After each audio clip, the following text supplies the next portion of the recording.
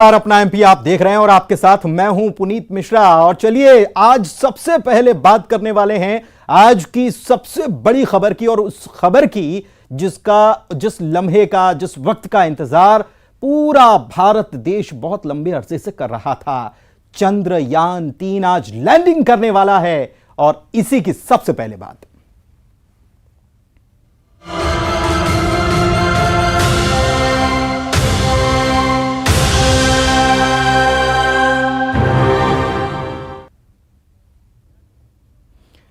चंद्रयान-3 की आज चांद पर लैंडिंग होने वाली है। जी हां, चंद्रयान-3 हमारा वो यान जो आज कामयाबी की गाथा लिखने वाला है।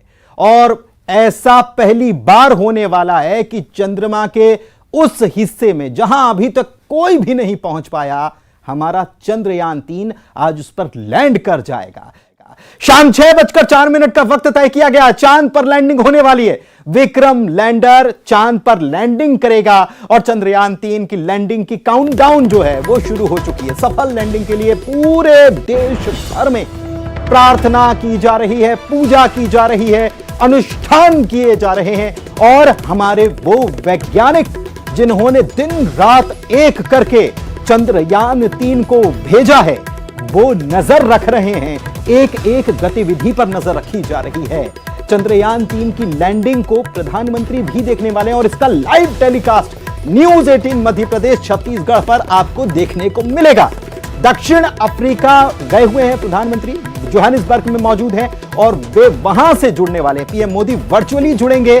चांद पर फतह के लिए चंद्रयान-3 तैयार है। शाम 6:04 पर चांद पर उसकी लैंडिंग होने वाली है। विक्रम लैंडर जो है वो पूरी तरह से अपने आप को अब तैयार कर रहा होगा, जाहिर सी बात है, क्योंकि बहुत ज्यादा वक्त बचा नहीं है। और ये अब तक की यात्रा हर पैमाने पर सफलता हासिल की उसने। और एक एक हमने देखा, जब से चंद्रयान-3 को जब लॉन्च किया गया था उसके बाद बहुत सारे फेज इसमें होते हैं। पहले पृथ्वी की कक्षा में घूमना, फिर एक कक्षा में घूमना तो एक बार नहीं कई चक्कर लगाने होते हैं, और उसमें एक कक्षा से दूसरी कक्षा, दूसरी से तीसरी कक्षा में स्थापित होना, उसके बाद पृथ्वी से निकलकर चांद पर जाना, उसका चक्कर लगाना, और धीरे धीरे जो दूरी है चांद की सतह से उसको कम करते करते अब लैंडिंग के लिए तैयार करना। और खास बात क्या है? खास बात यह है कि हमारा ऑर्बिटर जो है, चंद्रयान-2 का ऑर्बिटर जो है, उसने भी चंद्रयान-3 का वेलकम किया है।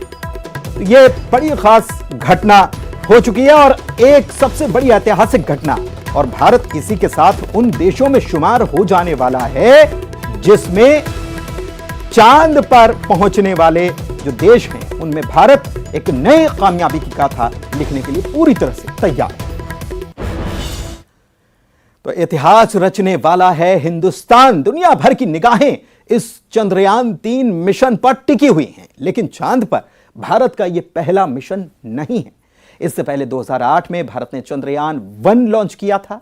चंद्रयान-1 ने चांद की 3400 से ज्यादा परिक्रमाएं की, लेकिन 2009 चंद्रयान-1 से कम्युनिकेशन जो है वो खत्म हो गया था 2009 में। 2019 में फिर भारत ने चंद्रयान-2 को लॉन्च किया, लेकिन ये चांद की सतह पर सफल लैंडिंग करने में कामयाब नहीं हो पाया। लेकिन इसका मतलब ये नहीं कि हमारा ये जो मिशन था ये पूरी तरह से फेल हो गया था, ऐसा नहीं है।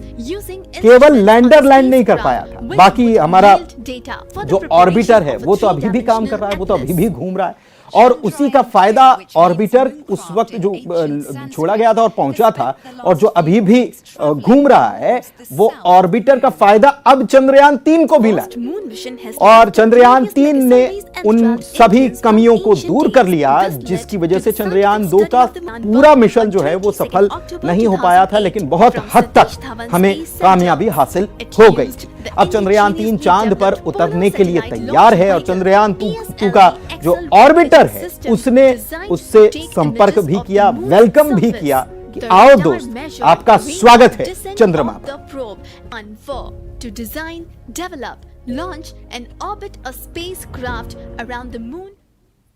और आइए आज हम चर्चा करने वाले डॉक्टर नंद कुमार चक्रधारी खगोल शास्त्री हमारे साथ जुड़े हुए हैं। सीधे उन्हीं के पास चलते हैं और उनसे जानते हैं आज के मिशन को लेकर। डॉक्टर नंद कुमार, हम समझना चाहेंगे कि आज का ये मिशन जो कंप्लीट होने के कगार पर है और हिंदुस्तान इतिहास रचने वाला है, लेकिन किन मायनों में ये खास है, क्या बदलाव होने वाला है इस चंद्रयान 3 मिशन की कामयाबी से? बिल्कुल जो है आज का समय जो है बिल्कुल जो है अहम है, न केवल जो है भारत के लिए बल्कि जो है पूरे विश्व की जो निगाहें हैं वो हमारे देश के जो है चंद्रयान 3 मिशन पर लगी हुई है। कारण यह है कि कुछ दिन पहले ही रसिया ने लूना 25 जो है लॉन्च किया था, लेकिन वो असफल रहा और इस कारण से ये और काफ़ी अहम हो गया है, क्योंकि भारत जो है अब इस दिशा में जो है पहला देश होगा जो साउथ पोल पर जो है लैंड करने वाला होगा। और क्योंकि इस कारण से जो है ये काफ़ी महत्वपूर्ण जो है मिशन माना जा रहा है।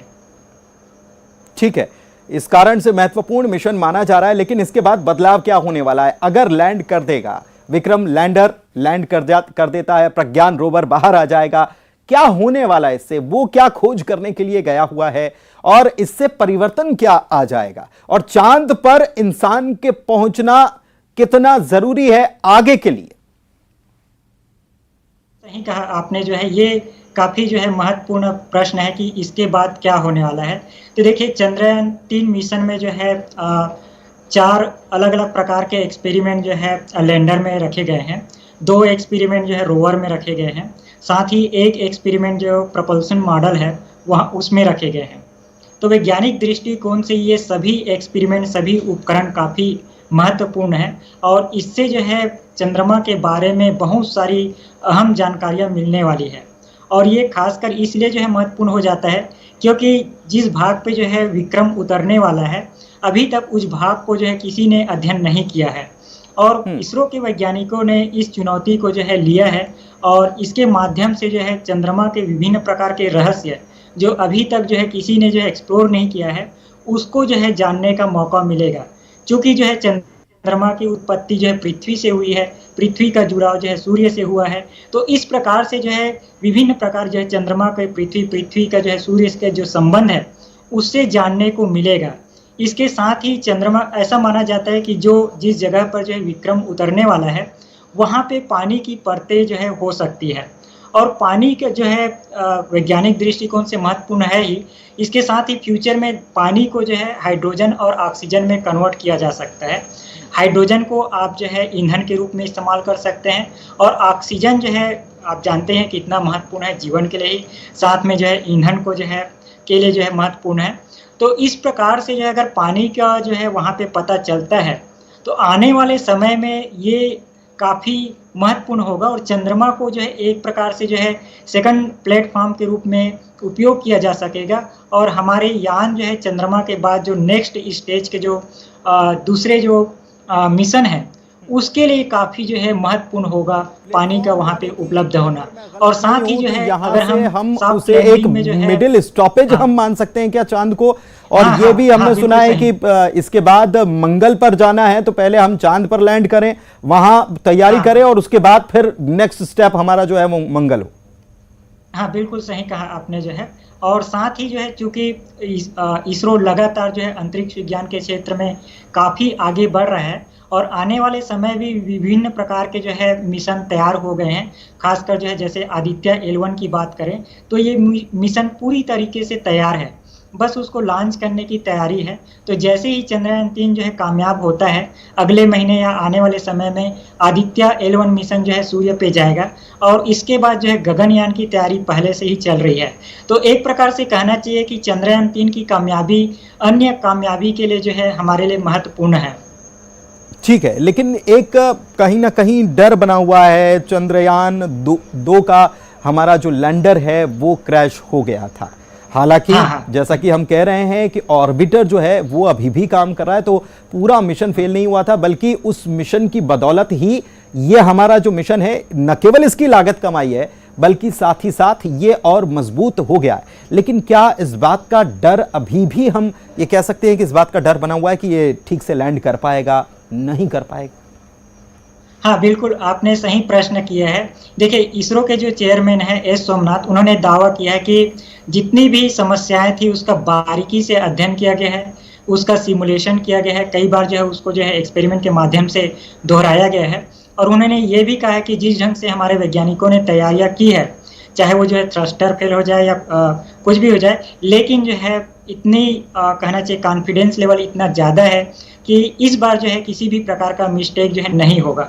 और जो भी मिस्टेक पिछले बार हुए थे उनका अध्ययन करने के बाद विक्रम लैंडर में बहुत सारे जो है बदलाव किए गए हैं और उन बदलाव के कारण ही इस बार आश्वस्त है कि इस बार का लैंडिंग जो है काफ़ी अच्छा होगा।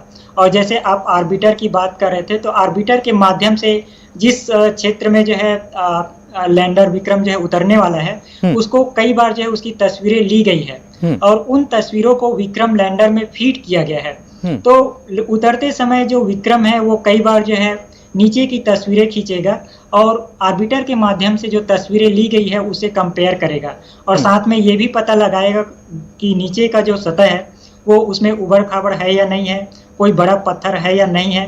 और अगर इस तरह के समस्याएं आती है तो उसको जो है लेफ्ट राइट जो है खिसकाया जा सकता है। अच्छा। और आखिरी का जो 100 मीटर का जो दूरी रहेगा उसमें उसको जो है बिल्कुल जो है होवर कंडीशन में, मतलब वो स्टेशनरी उसको रखा जा सकेगा और वहां पे वो लैंडर खुद निर्णय लेगा कि अभी उतरने के लिए ये बड़ी खास बात आपने बताई। चलिए, बहुत शुक्रिया हमारे साथ जुड़ने के लिए। तो बहुत पूरी तैयारी, माकूल तैयारी जो है वो चंद्रयान को लेकर कर ली गई है और चंद्रयान को लेकर राम भद्राचार्य महाराज ने भविष्यवाणी पहले ही कर दी है और उन्होंने कहा है कि अभियान सफल रहने वाला है। जी हां, राम भद्राचार्य महाराज कह रहे हैं, सतना में उन्होंने कहा कि यह मिशन सफल होकर ही रहेगा, देश का विश्व में मान बढ़ेगा, सम्मान बढ़ेगा। यह बड़ी बात उन्होंने कही है चंद्रयान 3 मिशन को लेकर। एक ओर विज्ञान और दूसरी ओर भगवान। निश्चित रूप से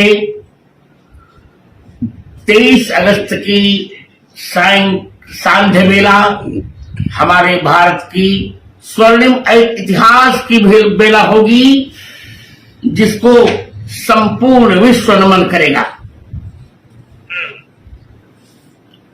दोनों का मैं समन्वय देख रहा हूं और हम सफल होंगे।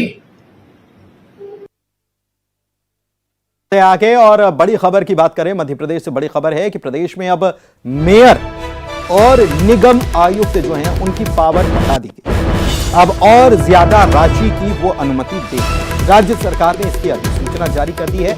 निगम आयुक्त 5 लाख की आबादी पर 1 करोड़ और 5 लाख से ज्यादा की आबादी पर 5 करोड़ रुपए, तो वहीं महापौर 5 करोड़ से लेकर 10 crore, mayor in council 5 crore से लेकर 20 करोड़ और निगम 10 करोड़ से लेकर 20 करोड़ रुपए तक के कामों को मंजूरी दे पाएंगे। ये बड़ी खबर इस वक्त आपको बता रहे हैं। कुल मिलाकर निगम आयुक्त और मेयर की शक्तियों को कह सकते हैं कि बढ़ा दिया, पावर को बढ़ा दिया गया है और ज्यादा राशि देने के स्थिति में अब वो रहने वाले हैं और ज्यादा राशि वो उसकी अनुमति दे पाएंगे। राज्य सरकार ने इसके लिए अधिसूचना जारी कर दी है। निगम आयुक्त 5 लाख की आबादी पर 1 करोड़ और 5 लाख की से ज्यादा की आबादी जो है इस पर 5 करोड़ रुपए सैंक्शन कर सकते हैं। महापौर 5 करोड़ से लेकर 10 करोड़ कर सकते हैं। मेयर इन काउंसिल 5 करोड़ से लेकर 20 करोड़ तक कर सकती है और निगम 10 करोड़ से लेकर 20 करोड़ रुपए तक के कार्यों को मंजूरी दे सकता है।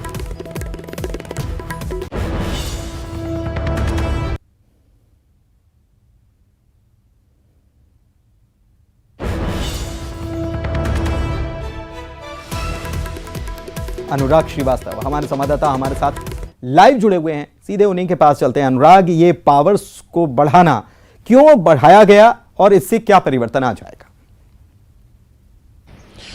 देखिए, ये पावर बढ़ाए जाने से जो नगरीय निकायों में जो छोटे मोटे काम हैं उसको लेकर जल्द से जल्द अनुमति जारी हो जाएगी, क्योंकि अभी तक जो बड़े प्रोजेक्ट होते थे उसमें राज्य सरकार या वित्त विभाग से अनुमति लेना होती थी। लेकिन अब राज्य सरकार ने नगर निगम कमिश्नर जो मेयर होते हैं, मेयर इन काउंसिल होती है, उसके अब पावर बढ़ा दिए हैं। यानी कि जो जरूरी काम है उसमें 1 करोड़, 5 करोड़, 10 करोड़ से लेकर 20 करोड़ तक के कामों को अब अब सीधे मंजूरी दी जा सकेगी, यानी कि अब लंबी जो व्यवस्था थी उससे छुटकारा मिलेगा और एक तरीके से जो महापौर हैं, जो नगरीय निकाय हैं, उनके पावर बढ़ जाएंगे और जो जरूरी निर्माण कार्य हैं उसको लेकर जल्द से जल्द अनुमति हो जाएगी। यानी कि लंबी पेचीदगियों को खत्म करने की कोशिश की गई है और नगरीय निकाय अपनी पावर के मुताबिक अब निर्माण कार्यों को मंजूरी दे सकेंगे। तो ये एक बड़ा फैसला राज्य सरकार की तरफ से लिया गया है और इससे सीधे नगरीय निकायों के जो विकास कार्य हैं, जो प्रोजेक्ट हैं, उन पर